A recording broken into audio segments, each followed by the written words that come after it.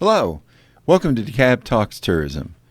We have for our second, or is this your third time, Jason? Second time. We have Jason Breyo with 285 Lacrosse. Yes, sir. And glad to have you back again. So tell us about the excitement of lacrosse here in Georgia. Well, first of all, thanks for having me. You guys have been a great partner with us, and we're very happy to have you. And I also just got off at 285 on a rainy day in Atlanta, which is always adventurous. So very happy. It is. I mean, just a little bit of rain, it just slows everything down. Everybody off. So yeah, we're 285 Lacrosse, and it's totally because we're it's totally named after the interstate, and our little motto is lacrosse around Atlanta. But yeah, it's a lot of Georgia. You know, lacrosse is not something that when people think of Georgia, people think of first. But amazingly, Georgia in the past 20 years, but especially like in the last 5 to 10, has really exploded on the lacrosse scene. And lacrosse is a fantastic sport. It's a very athletic sport. It's physical. It's fast. So a lot of kids these days who are like me when I grew up, who were a little too ADHD for baseball and need constant motion. It works out pretty well for. But Atlanta, this is just such a sports-centered town. Yes. and area. Everything's about sports, and we do sports so well. So of course, when it's just taken off, and I think there's over 120 high schools in the state playing it now. Wow! When it started, lacrosse started with the GHSA, the Georgia High School Athletic Association, in 2004, when it finally got state certified. But it's just grown immensely. Like we're now even seeing growth. Savannah has a good group, has had some good growth in the past 5 years, but there's even counties outside of Savannah, like Effingham County. Counties like that are now have lacrosse teams. So it's a great opportunity for people. It's another opportunity for boys and girls to really get a great opportunity to play a fun sport and open up opportunities for them in college. So refresh my memory. Your son went to, was it UMass? Well, I have two sons. My oldest son, Harrison, went to Siena College. So they did the different route. They didn't, kids here are raised to go to Georgia and Tennessee and Alabama and South Carolina, which are fantastic options. Why wouldn't they? But, kids who want to play lacrosse in college and kind of, work, achieve their goals of being a top level, as high level athlete as they can, need to go out of state. There's only one team in the state of Georgia at the Division I level, and that's Mercer, who's part of our event, Mercer University. Yep. Very glad to have them. Great school in Macon, fantastic school in Macon. But my oldest son, Harrison, had an opportunity to go to Siena College in Albany, New York. Great school, Jesuit school, and played lacrosse there. And now he's in the Marine Corps. He's a ground intelligence officer in the Marine Corps, doing well there. And then my youngest son, Grant, just graduated from University of Massachusetts last year. I was thinking that he came down and that was going to be, he was a senior. So yep, that's why we had the game. I didn't want to get on a plane for one weekend of my life and go to freezing Amherst. Yes. It was a year ago this past weekend, actually. So it was February 10th, 2024, and I did not want to get on a plane and go to Amherst, Massachusetts for a home game with my wife, because my wife is from here and she's not built for that weather. Yeah. She cannot be successful in that type of climate. So I normally wouldn't bring her till like March. Well, it's just got to be something special for you to have your son playing here in his senior year, and the first year you put together this lacrosse tournament. It worked out pretty well, actually. Yeah. I hate to be a dad, but I am a dad. Like, I put it on, and I was obviously secretly rooting for my son, and he ended up scoring 3 goals that day. And he also ended up in the magazine Inside Lacrosse with a picture from that, in the following episode, because we had national coverage from Inside Lacrosse. They're the biggest media entity in the sport, and they'll be joining us again this year. Wonderful. Yeah, but last year at Silverbacks Park was fantastic. It's a great venue. We loved it. Obviously in DeKalb County, it's just a great space. The people there are fantastic. The location's great. We really enjoyed it. We'll be having future events back there too. So. Well, who do you have coming in this year? This year's kind of a big deal, got to be honest. We were very fortunate to we had some connections with the University of Maryland and the University of Notre Dame. So for those in the lacrosse world, they will remember that last year that was the national championship game. So these are two of the biggest names in the sport. Wow. So Notre Dame and Maryland we talked about it a little bit, and both schools recruit Atlanta. They have kids on their team from Georgia. So that makes a lot of sense. Oh, yeah. So actually, arguably Maryland's best player is a kid named Braden Erksa, went to Lassiter High School. Just a fantastic player. He's having a great year. He had 1 goal against Georgetown the other day, or Loyola, in their game last weekend. Also, Notre Dame, there's actually 3 kids. There are 2 kids from Notre Dame, from Georgia and Notre Dame.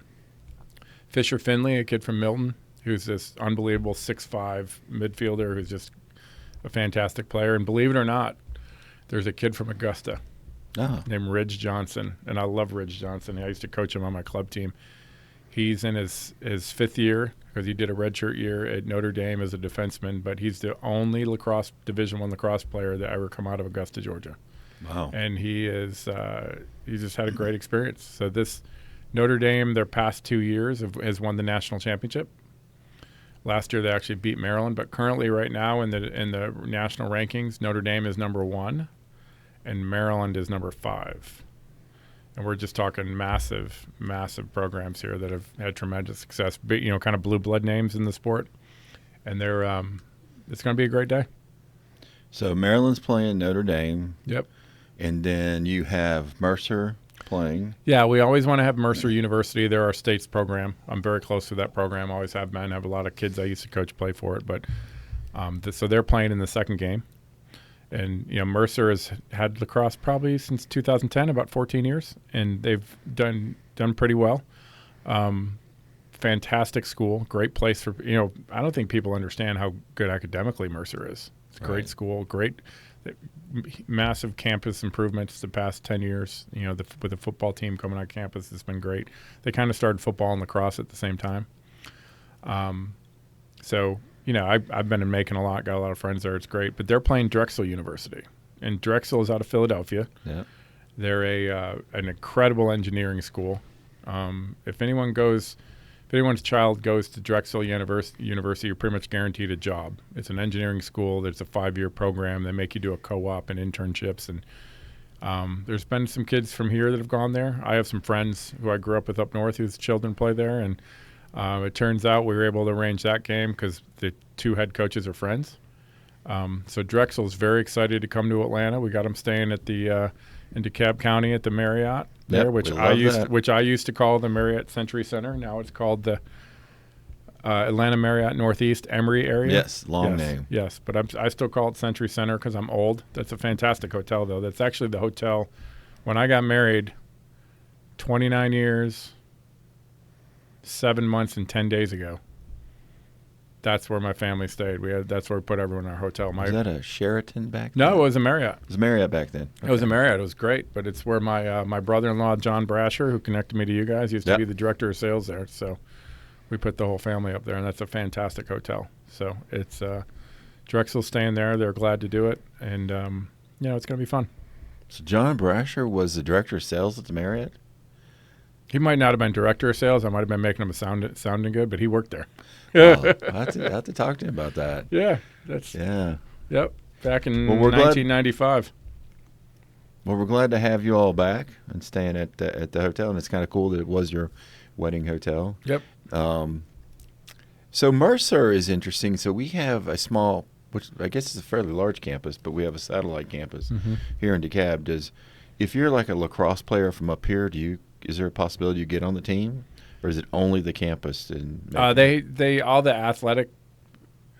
athletic teams are based in Macon at their primary campus. That's where the facilities are. I know a lot of the stuff at the campus in Atlanta is graduate, from what I understand. That's true. But it's but it's kind of funny. People get confused about that because you go up 85 in DeKalb County, you see Mercer University. And they do have some nice buildings there, but the primary campus is in Macon. So I wish the way they're expanding, they would look at bringing on some sports up here. Because I know, like, at University of Alabama, Birmingham has teams. Mm-hmm. But it's a beautiful campus up here, too, as well. Yeah, Mercer as a school is kind of a hidden gem in the state. It used to be kind of a pretty quiet Southern Baptist College, and then they got a football team in 2010 and expanded, built a stadium, and I actually hear from my friends down there that they're actually thinking about bumping up to FBS football and adding on to that stadium. But it's done. The addition of the upgrading of their athletics there at Mercer has really done a great job for the school. So Oglethorpe doesn't have. So they have soccer and baseball and things like that, but no lacrosse. Oh, they have lacrosse. They have lacrosse. Oglethorpe, yeah, they're a Division III program. They got a great field right there in Brookhaven. It's actually a really nice field. And yeah, they have a lacrosse program. They've probably had it for about 10 years. Okay. Yeah.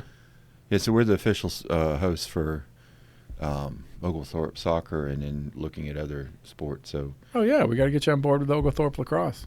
Yeah, that'd be very cool. Yep. So tell us, when are the events? So we are less than 3 weeks away. So wow. this year's event is March 1st. Last year we were on February 10th, right. But we actually had to make the schedule comply with when the Maryland Notre Dame game was scheduled. They play every year. So March 1st, and it's going to be a really fun day. We're starting the day off at 9 a.m. with Lambert High School out of Forsyth County playing Milton High School, who are two of the big name high school programs here. So they're starting at 9 a.m., which will bring a lot of people down there. And then we have Maryland Notre Dame at 1 o'clock, and then Drexel Mercer at 4. So these are all men's lacrosse, right? Yes.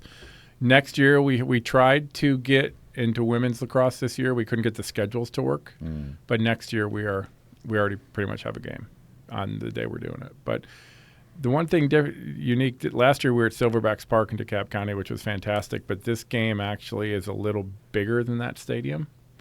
So we had to, we're probably expecting about 10,000 attendees for this game. So wow. Georgia Tech reached out to us, which we kind of couldn't say no to. And Georgia Tech has been a fantastic partner. These are actually going to be the first NCAA lacrosse games at Bobby Dodge Stadium. So that's kind of something we couldn't say no to.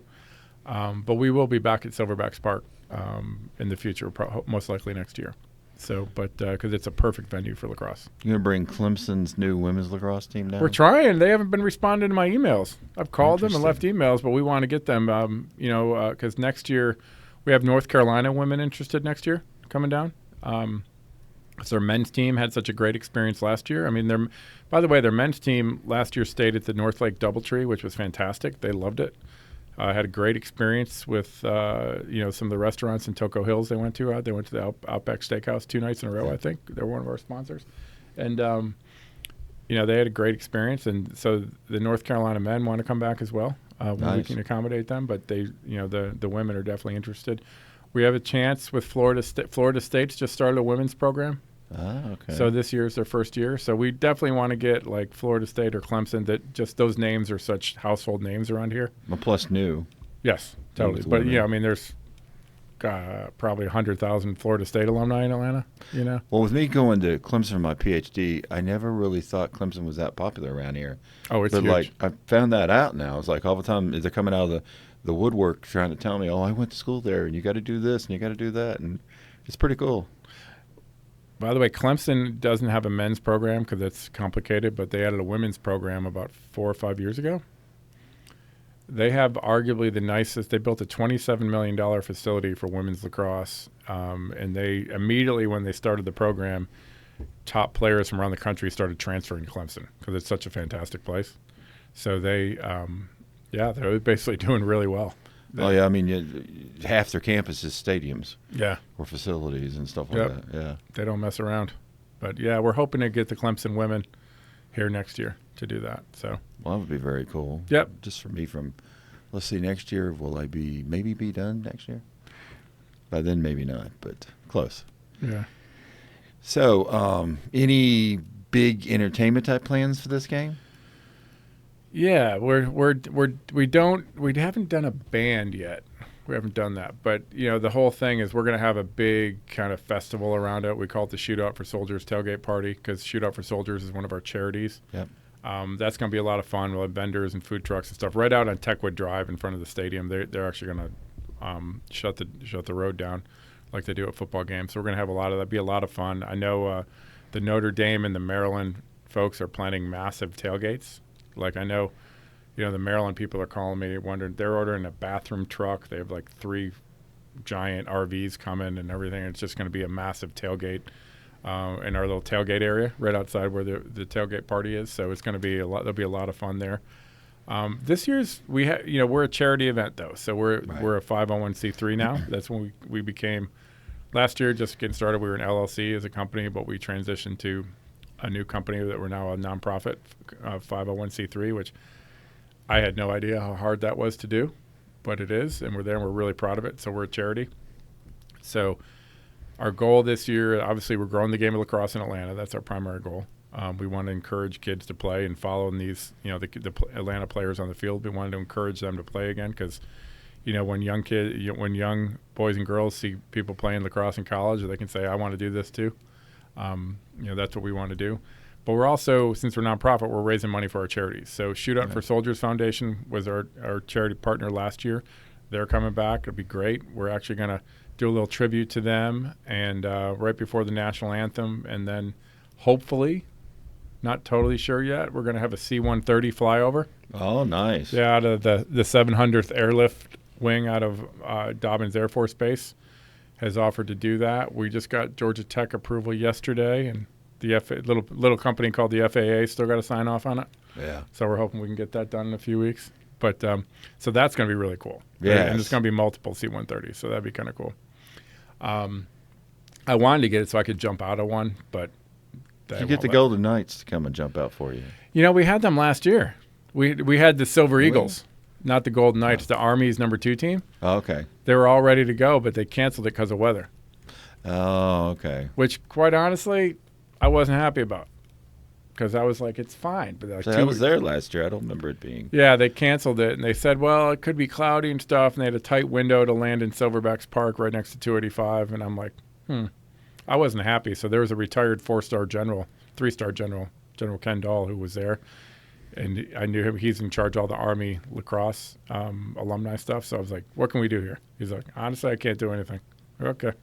Guess I had to accept that. And we lost our parachute team coming in. But no, this year we're going to have a C-130 flyover, which is going to be really cool. Well, I shouldn't jinx myself. We still have a signature to get. True.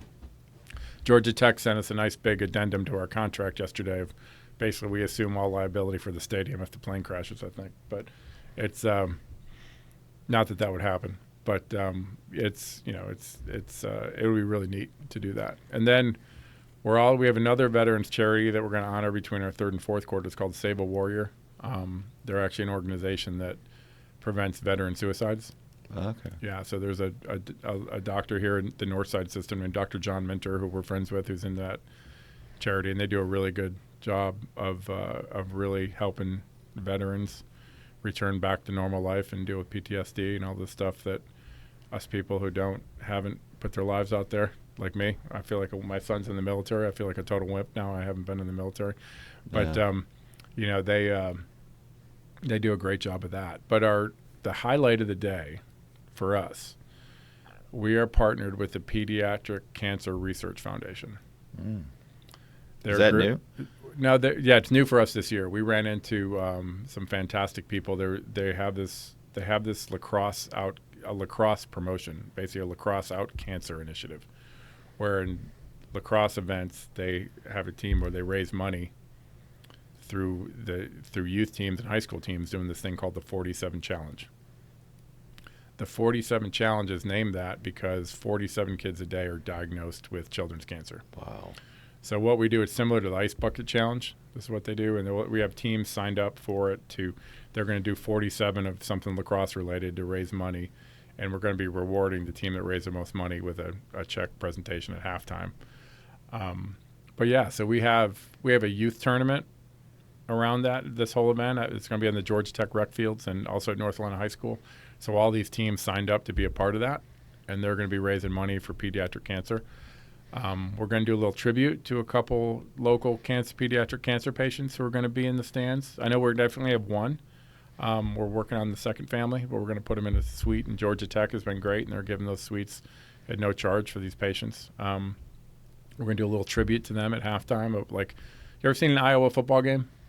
No. Where sometime during the game, there's a children's hospital right next to Iowa Hawkeyes football stadium, and they look into it. So they do a little tribute and they wave up to all the patients standing there. So we're going to do that to those 2 patients. But it's going to be really neat. We're going to do this thing called the yellow ribbon ceremony where we get all these kids who participate in the fundraising. They're getting a little yellow ribbon, wearing yellow shirts and stuff, and it'll be cool. So we're going to tell the stories of those 2 patients and also, just raise awareness for pediatric cancer, which would be kind of cool. Yeah. So that's a nice, definitely new addition. Yeah. So as I said, we're nonprofit. They kind of found us. And initially, we thought we were kind of full, but then the woman who is in charge of the Lacrosse Out Cancer promotion is named Bonnie Lattimore. Is probably one of the most dynamic and engaging women I've ever met. And there's just no saying no to her. We want to help her so much and everything. So it's going to be a really cool promotion. We're trying to partner a little bit with the Aflac Cancer Center at Children's and do hospital visits and stuff. We're still working that out. So very nice. Very cool. We're pretty happy about it. To make sure this is a fantastic top-level event. Like our goal is to have, I always say this is kind of corny, but I say we want an SEC/ACC level production with Chick-fil-A service. So we have to make sure, Chick-fil-A is pretty much the gold standard of everything around here. So, we have to make sure that we do a fantastic job here right now. And now that we're a 501c3, I have a board of directors of 8 people. We have probably 40 volunteers that are coming to help us pull this off. So it's a very labor-intensive, but it's fun event. Our goal is to, obviously our ticket sales are going great right now. We obviously want to sell a lot more ticket sales because we're basically funding this whole thing through ticket sales. And if we have a good day, which we will be successful. And then next year we're tentatively right now we're scheduled to have Army West Point back. They had such a fantastic time. They had such a fantastic time last year. They want to start coming here every other year. Now they can get the Golden Knights to fly in. Exactly. We'll work on that. Yes, and then they're going to play the University of Michigan. Okay. So and then we're going to also have our women's games on that as well. So you do men's on one day and women's are different, or all together? Try to do it one day because these stadiums are expensive. Right. Surprisingly, they don't just let us come in and use them at no charge for the goodness of our heart. But so we're trying to do them in one day. So we gotta finagle the women's game next year. Figure out the schedule on that. So it's pretty definite. West Point, Army versus Michigan. Yeah. And then you're looking at Florida State, Clemson, women somewhere in that. Yes, we would love to have 2 that. huge. Yeah, and the North games. Carolina women too. So we're really hoping but we want to have our first women's game. That's because there's a lot of people don't know this, but like Milton High School and North Fulton County is one of the top 5 or 10 girls lacrosse programs in the country every year, and they have been for a long time. Like almost every school, every good women's lacrosse school has someone from Milton on it.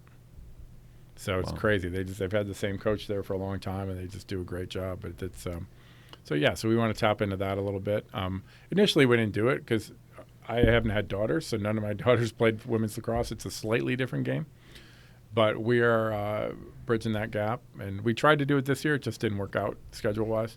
So we're bridging that gap to do that next year too. Well, I hate to say it, but I'm kind of happy that we'll be the one with the first female lacrosse game. Yep.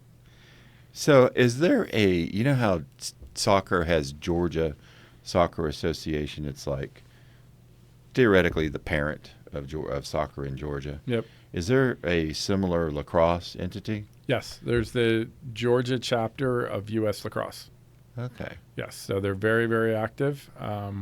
Where are they based? I don't know the actual address, but it's always like most of lacrosse in Atlanta is up the 400 corridor. Okay. It's where all the Yankees move.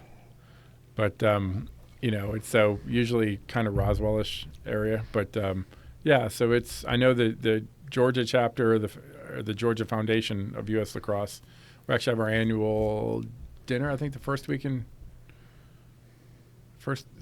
third or fourth week in March, where they're doing the annual Hall of Fame presentation and stuff like that. They just named a bunch of people to do that. So a couple of my friends are getting inducted, but it's that killed my idea. I was going to have you merging into the state's lacrosse aficionado.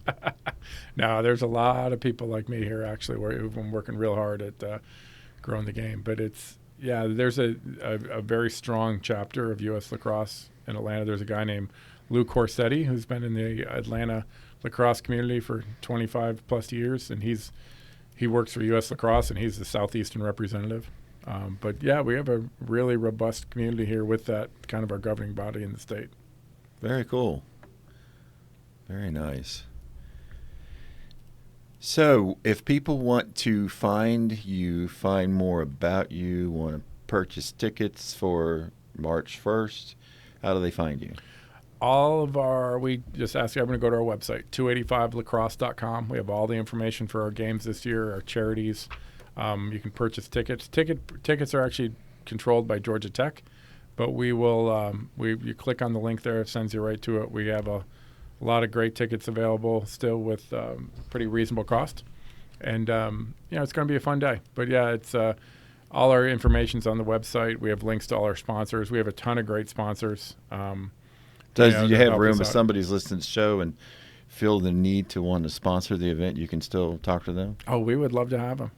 We would, because we're a 501c3 now, so everything's a tax deduction. But yeah, we're not going to say no to sponsorship money. The more we can do, but we have some great. It's funny, we have a couple.